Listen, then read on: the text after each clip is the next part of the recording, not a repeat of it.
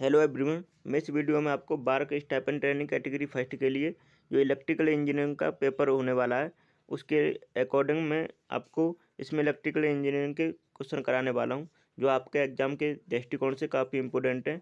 तो please video को बिल्कुल भी स्किप मत कीजिएगा और वीडियो को पूरा देखिएगा। चलिए स्टार्ट करते हैं फर्स्ट क्वेश्चन से। जैसा कि आप देख पा रहे हैं, फर्स्ट क्वेश्चन है which of the following instrument is not affected by hysteresis and eddy current errors. निम्नलिखित में से कौन सा उपकरण है जो हिस्टेरेसिस तथा एडी करंट एरर से प्रभावित नहीं होता है।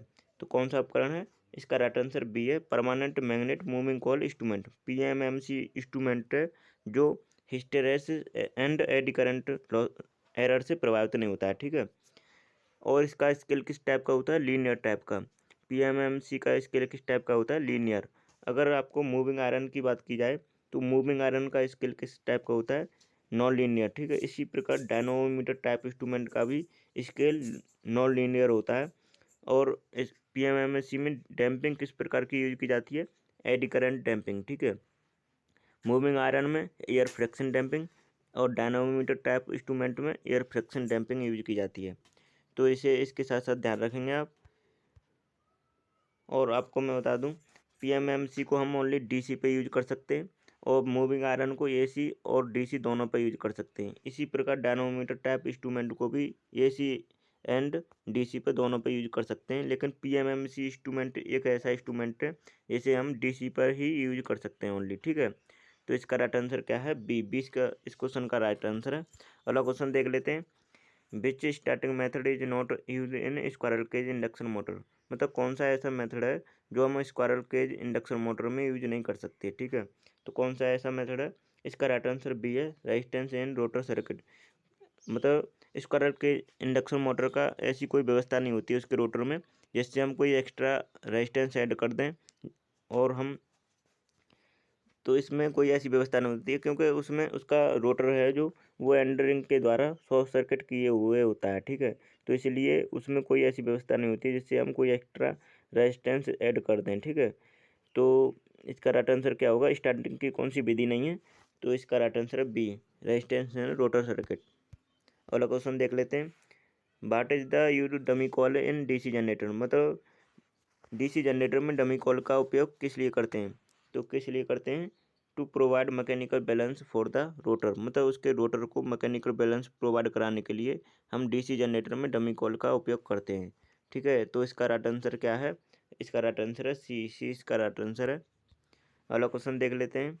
Which of the following device is commonly use for lightning protection. मतलब कौन सा ऐसा डिवाइस है जो हम उसके लाइटनिंग प्रोटेक्शन के लिए उपयोग कर सकते हैं। ठीक है। तो कौन सा ऐसा डिवाइस है?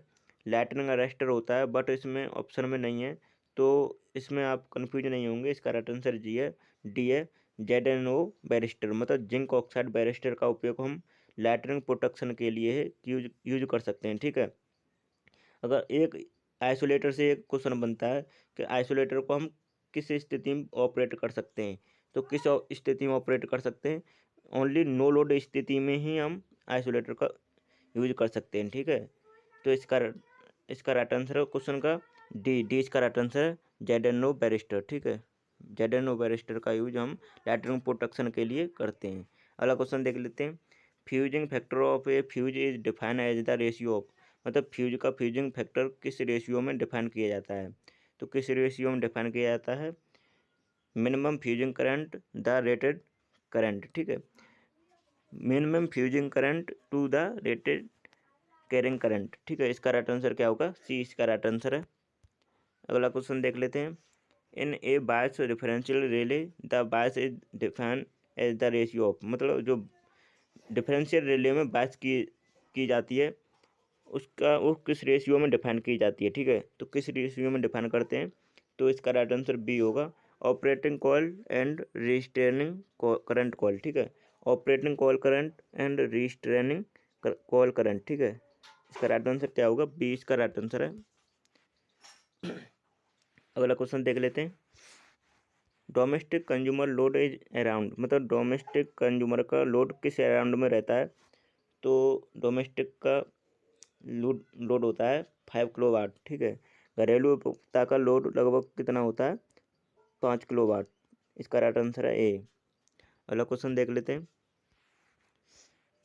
The area under a load curve gives, मतलब लोड वक्र के अंदर का जो क्षेत्रफल होता है वो क्या प्रोवाइड कराता है, तो वो करता है एनर्जी कंज्यूम, मतलब एनर्जी कंज्यूम को रिप्रेजेंट करता है। ठीक है, जो लोड वक्र के अंदर का जो एरिया होता है वो एनर्जी कंज्यूम को बताता है। ठीक है, इसका राइट आंसर सी है।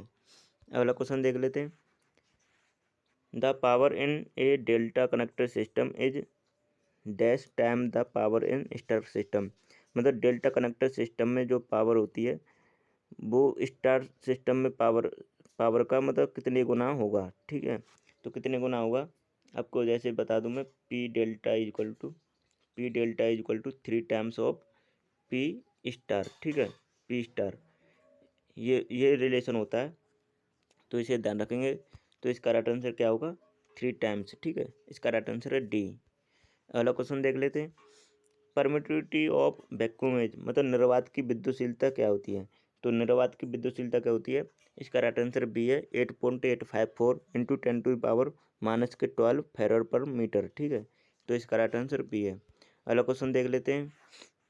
The number of electrons constituting 1 coulomb of charge at, मतलब 1 कूलम आवेश में जमा इलेक्ट्रॉन की संख्या क्या होती है, तो 1 कूलम आवेश में जमा इलेक्ट्रॉन की संख्या क्या होती है, जैसे कि देख लेते हैं हम, क्यू बराबर क्या होता है, आई टी। ठीक है, जैसे ये नहीं, ये रिलेशन देखते हैं, क्यू बराबर क्या होता है, एन ई होता है। ठीक है, तो अब इसमें हम 1 कूलम की बात हो रही है, तो N is equal to Q upon E. ठीक है, अब ई क्या है यहाँ पे, क्यू तो 1 कूलम हो गया, और यहाँ पे 1 इलेक्ट्रॉन का आवेश कितना होता है, 1.10⁻⁻90 कूलम। ठीक है, अब इसकी डिवाइड करेंगे तो हमारा क्या आंसर आएगा, हमारा आंसर आएगा, इसका राइट आंसर सी है, 0.625 इंटू 10⁻90, क्योंकि ऊपर चला जाएगा पावर पॉजिटिव हो जाएगी। ठीक है, तो इसलिए इसका राइट आंसर क्या होगा, 0.625 इंटू 10⁻90। ठीक है, इलेक्ट्रॉन्स होंगे, इसका राइट आंसर सी है। अगला क्वेश्चन देख लेते हैं। The angular velocity of sinusoidal voltage is, मतलब साइनोसोइडल वोल्टेज की एंगुलर कोणीय वेग क्या होता है, एंगुलर वेलोसिटी क्या होती है, omega omega equal to 2 pi F. ठीक है, ये रिलेशन होता है इसमें, तो इसका राइट आंसर क्या है, डी इसका राइट आंसर है, omega is equal to 2 pi F. ठीक है, अगला क्वेश्चन देख लेते हैं।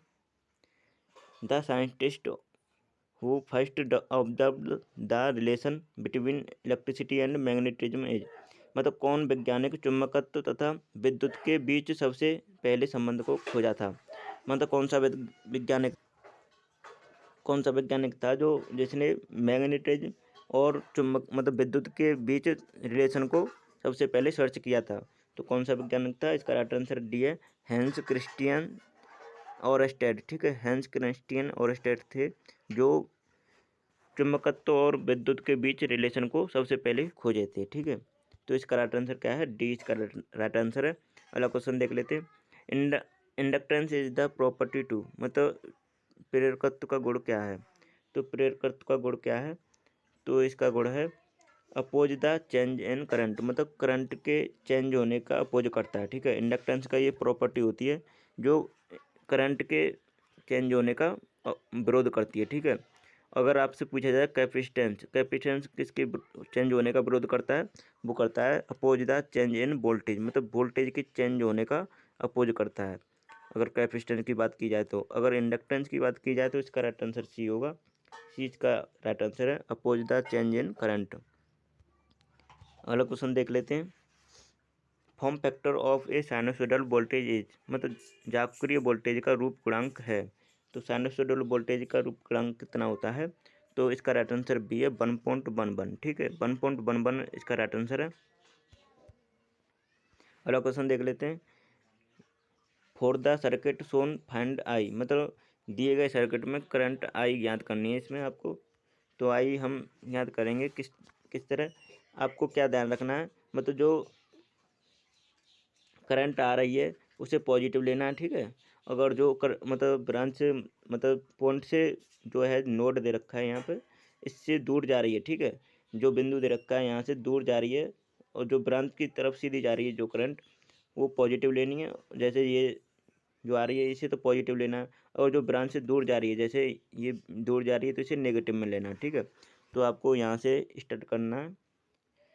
तो यहाँ पे पॉजिटिव होगी जी 2, 2+1+3, ठीक है। तो कितना हो गया, 3 और 2 5 1 6, 6 करंट यहाँ तक गई, 6 करंट आई। अब यहाँ से 5 इधर से आ रही है, तो ये आ रही है तो पॉजिटिव हो जाएगी, 6 और 5 11, ठीक है, 11 एम्पियर हो गया। अब यहाँ से 3 एम्पियर चला गया, तो 11 में से 3 गया, 8 एम्पियर यहाँ पे आ गया। अब 8 एम्पियर हमें यहाँ से 8 एम्पियर में से 2 एम्पियर इधर चला गया, ठीक है। तो कितना बचा, आई कितना बचा, 6 एम्पियर। तो इसका राइट आंसर है सी इसका राइट आंसर है। अगला क्वेश्चन देख लेते हैं। The RMS value of A half wave rectifying wave is, मतलब अर्ध तरंग दृष्टिकारी का RMS मान कितना होता है। तो कितना होता है, I m/2, ठीक है। हाफ वेव की बात है ये। अगर आपसे यहीं जैसे हाफ वेव का, तो इसमें मान कितना हो गया, 20 का राइट आंसर है, 0.5 मैक्सिमम करंट, ठीक है। तो अगर आपसे फुल वेव की बात की होता तो क्या होता, तो फुल वेव में क्या होता है, IM =√2, ठीक है, √2। तो इसका राइट आंसर क्या हो जाता, इसका राइट आंसर ये हो जाता, फुल वेव की बात करता। और अगर हाफ वेव की बात की है तो 0.5 मैक्सिमम टाइम्स ऑफ करंट, ठीक है, 20 का राइट आंसर है। अगला क्वेश्चन देख लेते हैं। The unit of magnetomotive force is, मतलब चुंबकीय बल की इकाई क्या है। तो चुंबकीय बल की इकाई क्या होती है, MF बराबर क्या होता है, NI, ठीक है, NI। तो टन्स करंट मतलब एम्पियर टन्स, इसका राइट आंसर है। इसका राइट आंसर क्या है, डी इसका राइट आंसर है, एम्पियर टन्स। ये मैग्नेटोमोटिव फोर्स की यूनिट होती है, ठीक है। अगला क्वेश्चन देख लेते हैं। 1 वोल्ट, 1 वोल्ट बराबर कितने के बराबर होता है, ठीक है। तो 1 वोल्ट बराबर क्या होता है, जैसे एक रिलेशन होता है, आप सभी को पता भी होगा, B = W/Q, ठीक है। तो 1 वोल्ट मतलब 1 वोल्ट बराबर क्या होगा, तो 1 वाट/1 कूलम। तो इसका राइट आंसर क्या होगा, इसका राइट आंसर हो गया 1 जूल, सॉरी ये नहीं है, इसमें 1 जूल/1 कूलम, ठीक है। इसका राइट आंसर क्या होगा, ये इसका राइट आंसर है 1 जूल/1 कूलम। अगला क्वेश्चन है। क्यूरी पॉइंट इज, मतलब क्यूरी बिंदु क्या है। तो क्यूरी पॉइंट तक हम किसी मैग्नेटिक मटेरियल को हम गर्म करते हैं, तो उसकी प्रॉपर्टी क्या होती है। तो उसकी प्रॉपर्टी होती है, जैसे हम क्यूरी टेम्परेचर तक हम किसी मैग्नेटिक मटेरियल को हम गर्म करते हैं, तो वो पैरामैग्नेटिक मटेरियल में परिवर्तित हो जाता है, ठीक है। और उसकी प्रॉपर्टी क्या होती है, वह ताप जिस पर चुंबकीय पदार्थ अपना चुंबकीय गुण खो देता है। मतलब जितना हीट करेंगे, जिससे वो, मतलब क्यूरी पॉइंट तक हम हीट करते हैं तो वो अपने चुंबकीय गुण को खो देता है, ठीक है। द टेम्परेचर एट विच ये magnetic material losses it's magnetic property, मतलब अपनी मैग्नेटिक प्रॉपर्टी को खो देता है, ठीक है। क्यूरी टेम्परेचर तक हम उसे गर्म करते हैं। तो अगला क्वेश्चन देख लेते हैं। An electric bulb of rating 40 watt and 220 volt is use for 10 hours daily for 10 days, energy consume is, मतलब एक विद्युत बल्ब जिसकी रेटिंग 40 वाट 220 वोल्ट है, जिसका उपयोग 10 घंटा प्रतिदिन और 10 दिन होता है, तो प्रयुक्त ऊर्जा होगी, मतलब इसकी एनर्जी पूछिए। तो आपका जो लोड दे रखा है 40 वाट, ठीक है, 40 वाट। और क्या फॉर्मूला होता है, पहले फॉर्मूला बता देता हूँ आपको। अगर, ठीक है, PT होता है, एनर्जी इज इक्वल टू क्या होता है, PT। P का पावर और T का टाइम, E का एनर्जी। तो इसमें देख लेते हैं, जैसे दे रखा है एनर्जी इज इक्वल टू 40 वाट कितने टाइम तक यूज हो रहा है, 10 दिन और 10 आवर्स, मतलब प्रतिदिन 10 घंटे चलाया जा रहा है, ठीक है। तो इसे हम मल्टीप्लाई कर लेंगे एंड अपॉन 1000 के डिवाइड कर देंगे, क्योंकि किलोवाट आवर में निकालना है। तो इसे, ये 0 से 0 कट गया, 4 किलोवाट आ गया, ठीक है। एनर्जी कितनी आ गई, 4 किलोवाट। तो इसका राइट आंसर क्या है? बी। बी इसका राइट आंसर है, 4 किलोवाट आएगा। ठीक है, अगला क्वेश्चन देख लेते हैं। Leakage current allow by IU rule is, मतलब IU रूल के अनुसार लीकेज करंट की अनुमति कितनी करंट की अनुमति है? ठीक है, तो कितनी लीकेज करंट हो सकती है IU रूल के अकॉर्डिंग? तो 1/5000 parts of the total current, पर टोटल करंट के 5000वां भाग। ठीक है, इतना एनर्जी मतलब सॉरी करंट मतलब करंट का रिसाव हो सकता है, लीकेज हो सकती है। ठीक है, ये IU रूल के अकॉर्डिंग है। ठीक है, इसका राइट आंसर क्या है? बी। बी इसका राइट आंसर है। ठीक है, अगला क्वेश्चन देख लेते हैं। Active power in A 3 phase system में बी कैलकुलेटेड बाई, मतलब 3 फेज सिस्टम में सक्रिय पावर की गणना की जा सकती है। तो कौन सा फॉर्मूला होता है पावर का? P equal to √3 BL/IL cos phi, ये इसका राइट आंसर है। ये इसका राइट आंसर है। ठीक है, अगला क्वेश्चन देख लेते हैं। तो दोस्तों हमारे क्वेश्चन यहीं समाप्त हो गए। और आपको अगर हमारी वीडियो अच्छी लगी हो तो प्लीज़ चैनल को सब्सक्राइब कर लें, और अभी तक लाइक नहीं किया तो वीडियो को लाइक कर दें और चैनल को सब्सक्राइब कर लें। हम इसी तरह के क्वेश्चन इंपोर्टेंट कराते रहते हैं, और आपको अगर आप चैनल को सब्सक्राइब कर लेंगे तो जिससे हम कोई भी वीडियो लाते हैं तो आपको प्राप्त तो हो सकेगी। तो प्लीज़ चैनल को सब्सक्राइब कर लें और ज़्यादा से ज़्यादा शेयर करें। तो चलिए वीडियो को यहीं समाप्त करते हैं। Thanks for watching my video.